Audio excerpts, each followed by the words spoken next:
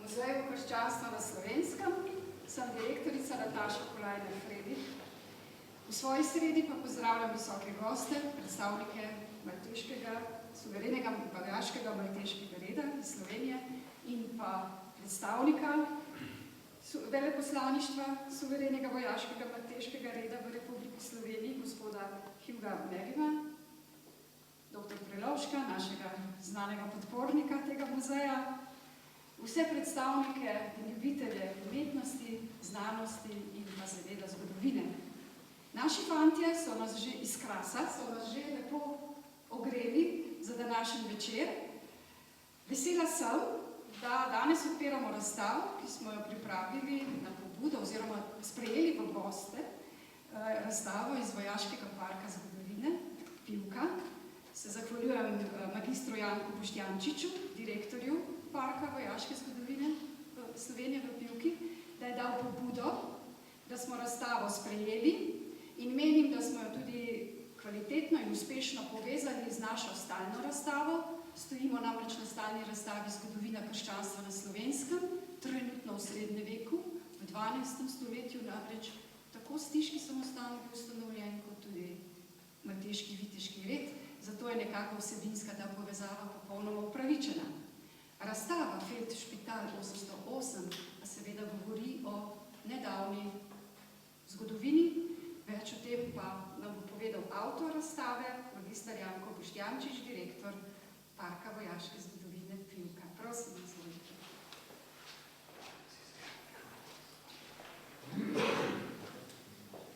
Spoštovani svetovalec veleposlaništva suverenega vojaškega malteškega reda v Sloveniji, gospod Hugh Mellin, spoštovana direktorica Muzeja krščanstva na Slovenskem, magistrica Nataša Polajna-Frelih, spoštovani člani suverenega vojaškega malteškega reda in društva Malteška pomoč, spoštovani gospod Franci Pogačar, avtor makete kapele, spoštovani dr. Damjan Prelovšek, cenjeni visoki gostje, dragi prijatelji.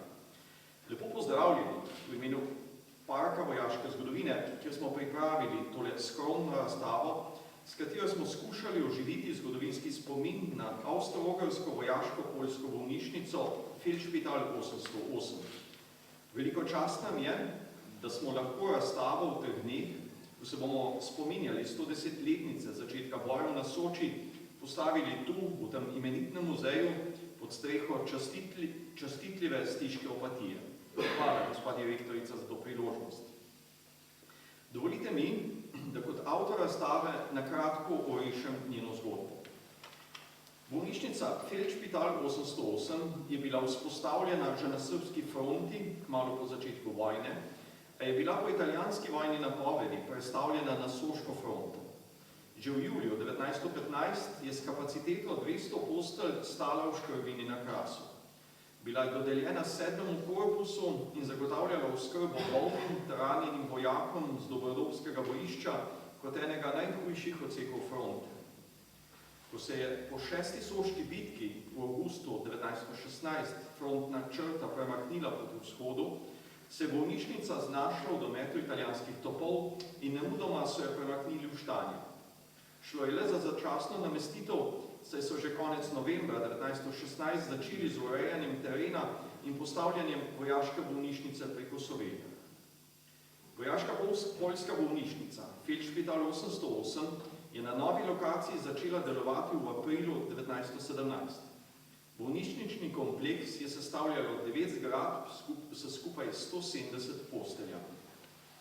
Po preboju fronte v oktobru 1917 se je bolnišnica preselila v frančiškanski samostan v mestu Mota di Livenza, 40 km severovzhodno od Benetk, kjer je ostala do konca vojne. Delovanje Feldšpitala 808 ni povsem raziskano, jasno pa je, da je bilo vsaj v določenem delu v rokah malteškega viteškega reda, ki je v času Prve svetovne vojne vzpostavil obsežen sistem zdravstvene oskrbe v zaledju fronte. Delo kirurške skupine češkega velikega priorata malteškega viteškega reda, ki je delovalo v Feldšpitalu, je zagotavljal poseben sklad, ki ga je ustanovila kneginja Marija Tereza von Thurn und Taxis. Razstavo tu v Stični smo zato dopolnili z deli uniform in oznak osebja malteškega reda iz tistega časa, ki jih je ljubeznivo posodil gospod Krištof Štajdl-Porenta.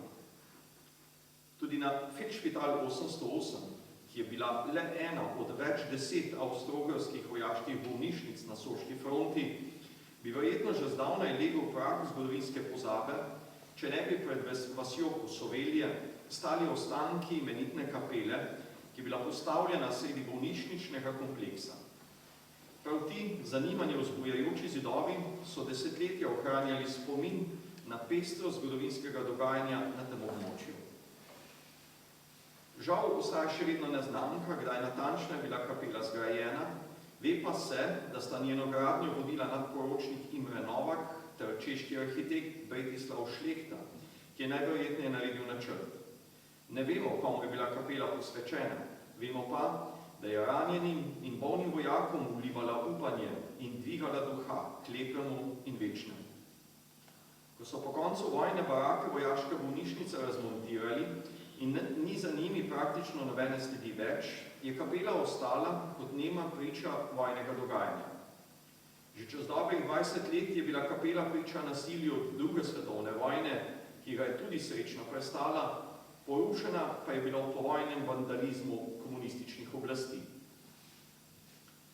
Osrednji element razstave je zato maketa kapele v merilu 1:10, ki je z izjemno natančnostjo izdelal mojster Franci Pogačar iz Polja v Ljubljani in vanjo vložil kar 2500 ur svojega dela.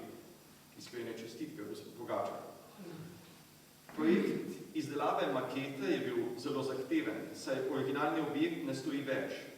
Dejansko se dolgo ni vedelo, kako je sploh izgledal, ker ni bilo nobene poznane fotografije kapele iz časa Prve svetovne vojne.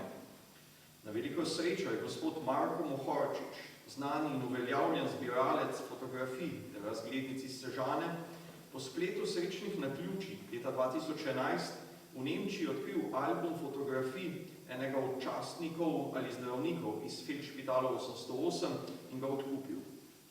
Zbirka fotografij je dala odličen vpogled v delovanje bolnišnice in tudi izgled bolnišničnih barak ter same kapele v Kosoveljah. Prav na podlagi fotografij in terenskih izmir je arhitekt Tomaž Bekš iz Kosovelj narisal natančen načrt kapele, ki je bil podlaga za izdelavo makete. In kaj nas je v parku vojaške zgodovine gnalo k temu, da smo se v obilici neraziskanih in neobdelanih tem lotili raziskovanja zgodovine Feldšpitala 808 in priprave razstave? Predvsem živa želja vaščanov Kosovelj in sosednjih vasi, da bi se kapela, ki je bila po drugi svetovni vojni porušena, obnovila. Ne gre namreč za to, da bi s tem dobili v Kosoveljah znamenitost, ki bo privabljala obiskovalce od blizu in daleč in s tem prinesla nekakšen pospešek turističnemu razvoju. Gre za dejstvo, da je spomin na vojno dogajanje na Krasu med Prvo svetovno vojno v veliki meri zabrisan. Granatni lijaki, strelski jarki in ostanki vojaške infrastrukture so se v dobrem stoletju že zlili s krajino. Grobovi padlih vojakov pa so bili bodisi prekopani ali pa pozabljeni. Na slovenski strani Krasa, kot južnem delu Soškega bojišča, ni primernega spominskega objekta, ki bi obeleževal strašno morijo, ki je z imeni teh naših hribov, kraških vasi in zaselkov v letih 1915, 16 in 17 polnila časopise tako cele Habsburške monarhije kot italijanskega kraljestva. Kapela pri Kosoveljah bo postala nekakšna javorca slovenskega Krasa, dostojen kraj zgodovinskega spomina. Naša sveta dolžnost je namreč spominjati se. Preprosto ne smemo, nimamo pravice pozabiti. Ob vsem nesmislu vojne je prav spominjanje, oživitev zgodovinskega spomina nekaj, kar vsaj nekoliko osmisli to neskončno trpljenje. Kri fantov in mož, prelita na Rombonu, Mrzlem vrtu, Sabotinu, Škabrijevu, Dobrodobu ali kjerkoli drugim, in solze njihovih mater, žena, deklet, otrok, niso tekle povsem zaman, če se tega po 110 letih spomnimo, če to zgodbo zapišemo, objavimo, prikažemo v muzejski razstavi. Kajti s tem, pa naj se tega zavedamo ali ne, pričujemo o pomenu in veličini miru. In verjemite mi, da je to v teh dneh silno pomembno, da je to naš skromen prispevek, naš klic k zaustavitvi vojn in k miru v svetu. Hvala.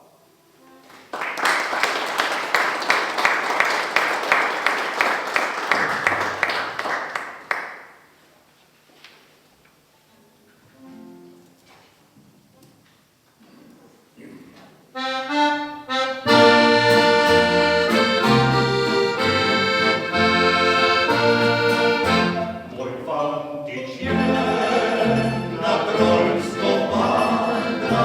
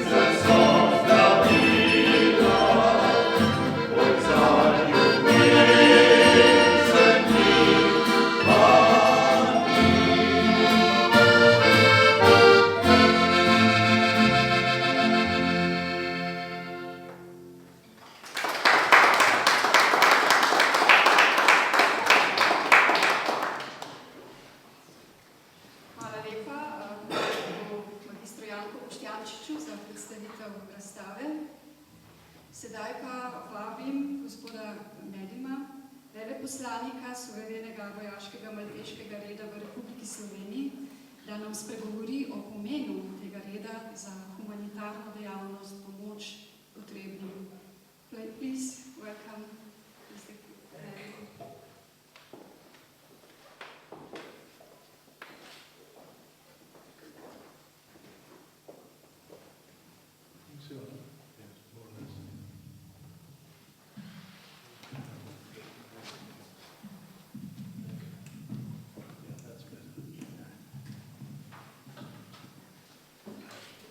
Your Excellency, Director of the Department of Military History, Director Natasha, who showed me around so beautifully today.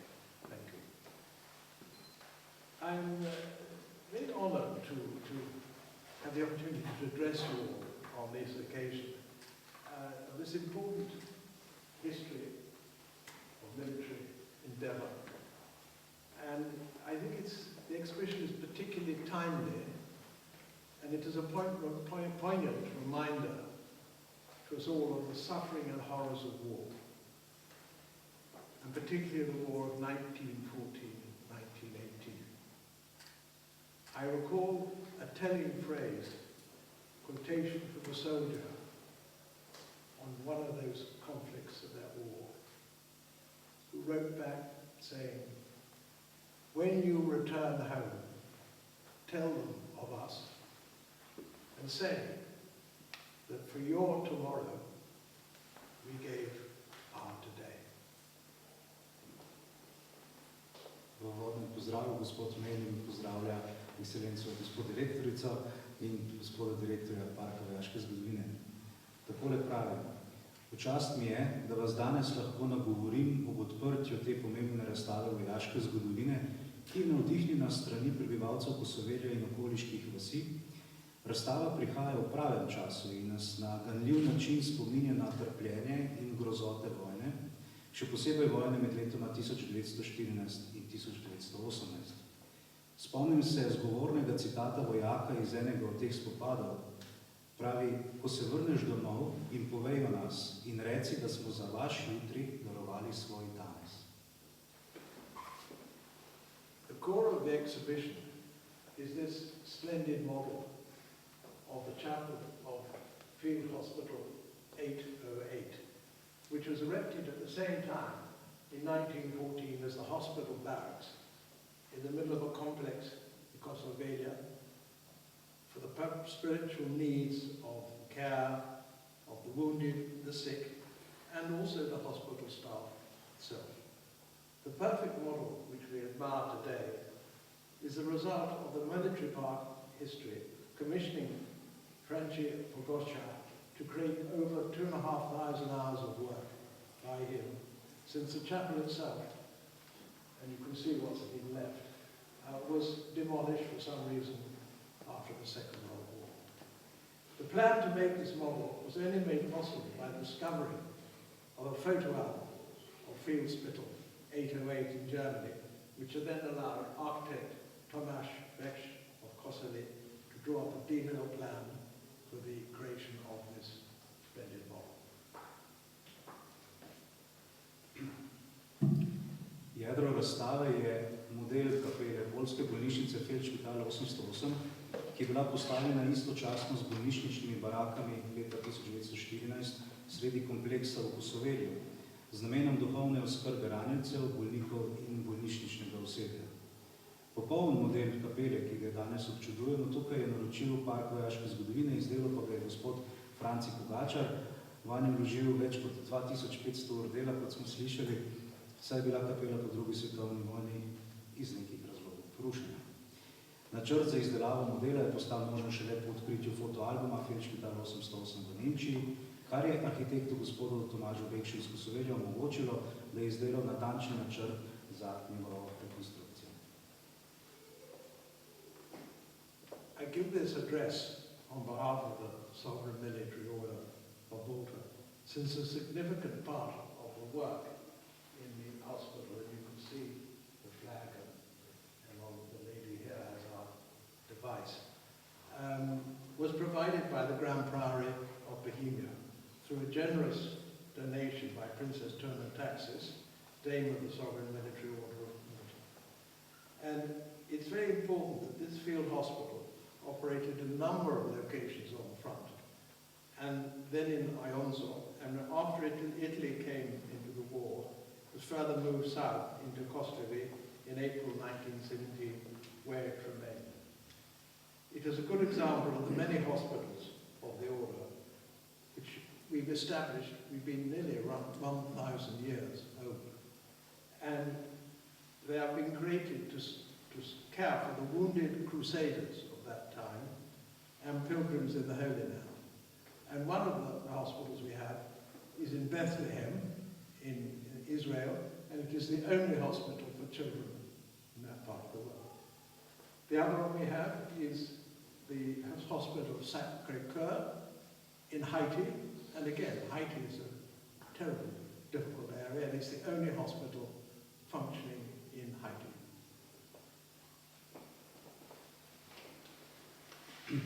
Tukaj vas nagovarjamo v imenu suverenega vojaškega malteškega reda, saj je pomemben del zdravstvene oskrbe v Feldspitalu 808 dejansko zagotavljal veliki priorat Češke s pomočjo velikodušne donacije princese Turner Taxis, dame suverenega vojaškega malteškega reda. Na eni izmed fotografij lahko vidite tudi naš prapor, ki plapola nad eno izmed bolnišničnih stavb, tukaj pa tudi vidite naše insignije in oznake. Poljska bolnišnica je delovala na več lokacijah na fronti, na to na Soški fronti in se nazadnje aprila 1917 preselila na jug v Kosovelje. To je lep primer številnih bolnišnic, ki jih je red ustanavljal že skoraj 1000 let, sprva za oskrbo ranjenih križarjev in romarjev v sveti deželi. Gospod Melin je tukaj omenil še dva primera, ena bolnišnica v Betlehemu, ki je edina delujoča bolnišnica za otroke in za prenatalno medicino v tistem delu sveta, in pa Sveto srce, Sacré-Cœur na Haitiju, ki je pa edina delujoča bolnišnica v tistem delu sveta. Sovereign Military Order of Malta thanks the History Museum. Really, it's extremely good of you to have done this, and we're very grateful. And it's important in this time to remember the role the order played in this exhibition portrays, and the museum here in Cincinnati for hosting this exhibition. It is really, we are most grateful. It is appropriate that we all now try to remember what the war meant, particularly to this part of Europe, as we live through what is sadly the most dangerous period of our lives today. Suvereni vojaški malteški red se zahvaljuje Parku vojaške zgodovine Pivka za to pomembno obuditev spomina na vojaško zgodovino, v kateri je red odigral pomembno vlogo, kar razstava tudi ponazarja, in se zahvaljuje tudi Muzeju krščanstva v Stični, ki razstavo gosti. Primerno je, da se v teh časih, ko živimo v najbolj nevarnem obdobju po drugi svetovni vojni, vsi skupaj spomnimo, kaj je vojna pomenila za ta del Evrope. Thank you. Very kind. Thank you.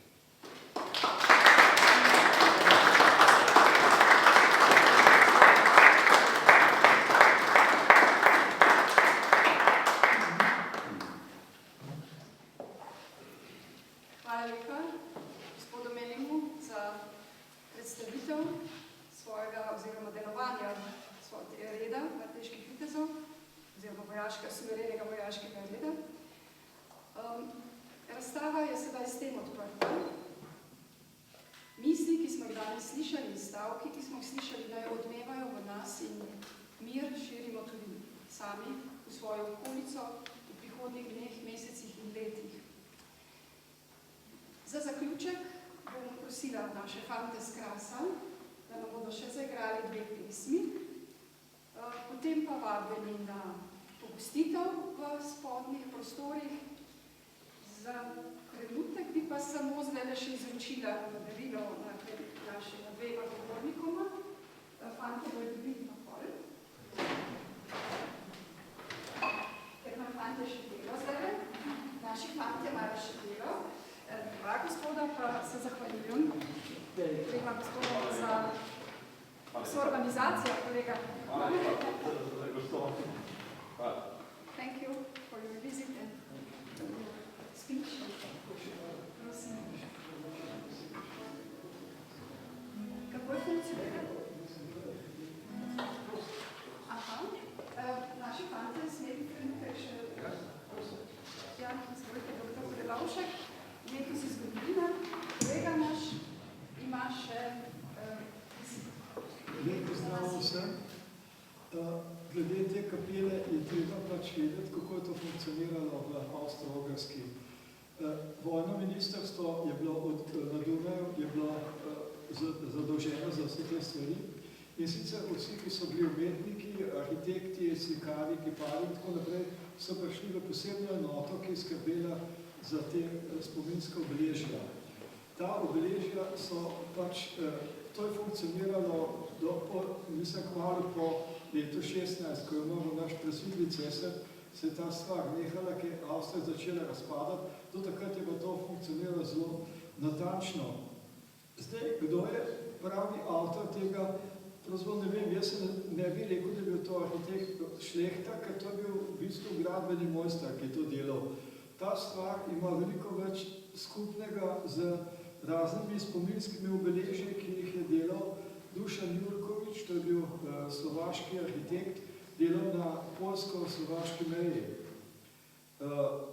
Druga zadeva je seveda tudi sama, kdo so še bili. Druga stvar je seveda tudi Javorca. Na Javorci je bil arhitekt Remigius Gajlik, ki je bil sicer imel vojaški čin, ampak on je bil v glavnem delove kulise v gledališču in je potem to njegova največja stvar, ki jo je naredil. To se pravi, jaz prepričam, da je ta stvar, ki nima, pravzaprav ne moramo reči, že tukaj nekaj slovenskega v tej zadevi. To je zadeva, ki je bila pravzaprav po celi Avstro-Ogrski, je bilo to nekaj ljudske umetnosti, nekaj drugega, kar je bilo skupnega vsem tem kapelam. Ta kapela recimo na Javorci je pomembna, zato ker je bila nastala istočasno s Plečnikovo cerkvijo Svetega Duha na Dunaju in ima neke elemente, ki jih je Plečnik uvedel na Dunaju, je tudi na Javorci najdemo v popolnoma drugem stilu. To bi rekel, za to kapelo bi rekel, da je prej bližje temu, kar je delal Dušan Jurkovič, ker je seveda, to so njegove stvari, bi rekel, so te hiše na Pustevni na Moravskem, kjer so pravzaprav zelo podobni elementi. To moramo vedeti, da to ni samo slovenska kapela, ampak je to kapela za vse vojake iz vse monarhije, ki so padli. In zaradi tega pravzaprav ta stil je bližji, pravzaprav bi lahko rekel nekomu nam ne tako domači arhitekturi. Jaz mislim, da je pravzaprav bi bila velika škoda, če se to ne bi naredili. Da pa spomniško varstvo proti temu, jaz pač nimam besed, ker se človek z njimi bori in pri nas je spomniško varstvo nažalost popolnoma na tleh. To je samo še pogrebni zavod za kulturne spomnike. Žal smo tako daleč prišli, sem pa zelo vesel, da se ta stvar obnavlja, da se bo naredila, da imamo tudi dosti kvalitetne fotografije. Jaz sem pisal tudi na Dunaj v Vojni muzej, nimam še odgovora mogoče, da bomo dobili tam še kakšne podatke, da bomo lahko bolj natančno to stvar opredelili. V vsakem slučaju sem pa hvaležen vsem iniciatorjem, ki so se spravili na to delo, tudi izdelovalci makete in tako naprej, da smo pa še tako daleč, že lahko spet obnavljamo en kamenček v naši zgodovini. Hvala lepa.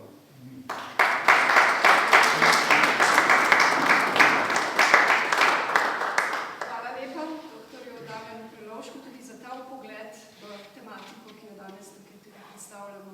Sedaj pa naši fantje z Krasa, izvolite.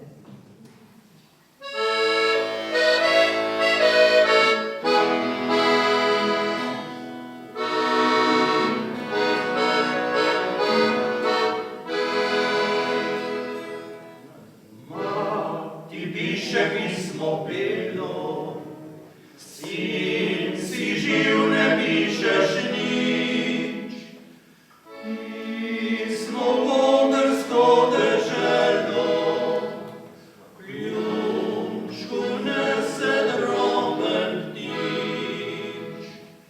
Tam, kjer gore so Karpati, tam ni hiš ne belih cest.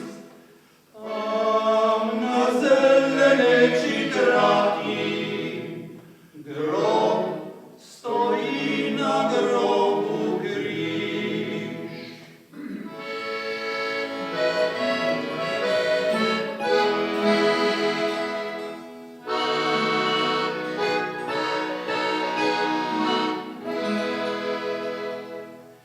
Tam se grobni ptič ustavi, pismo belo izpusti,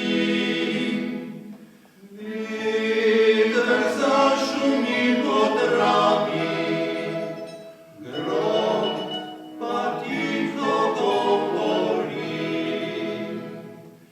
Reci mamici preljubi, da mi je prav dobro tu. Naj še ona pride k meni, jaz ne morem več domov.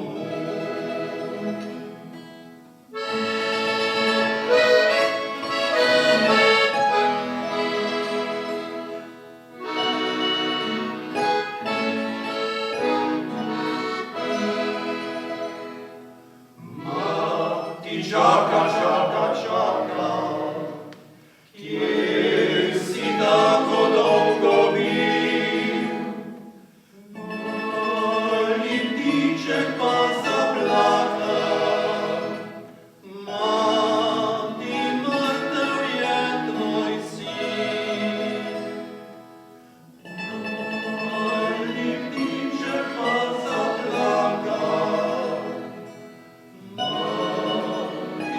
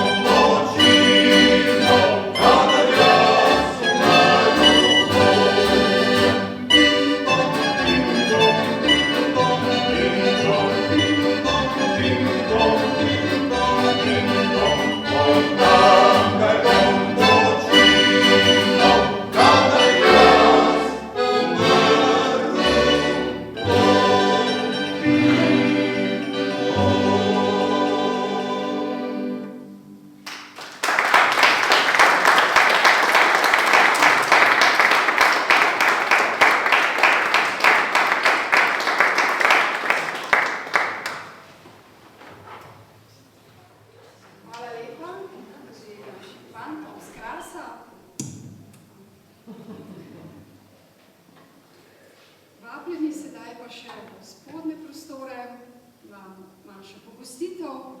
Muzej je tudi odprt, kdo želi, ne raziskuje, naj se zgublja po sobah, samo na koncu naj se javi, da ne bo ostal zaklenjen. Lep večer vam še želim naprej in hvala za vaš obisk in hvala vam za nastop. In ena malenkost za spomin. Hvala. Hvala. Razstava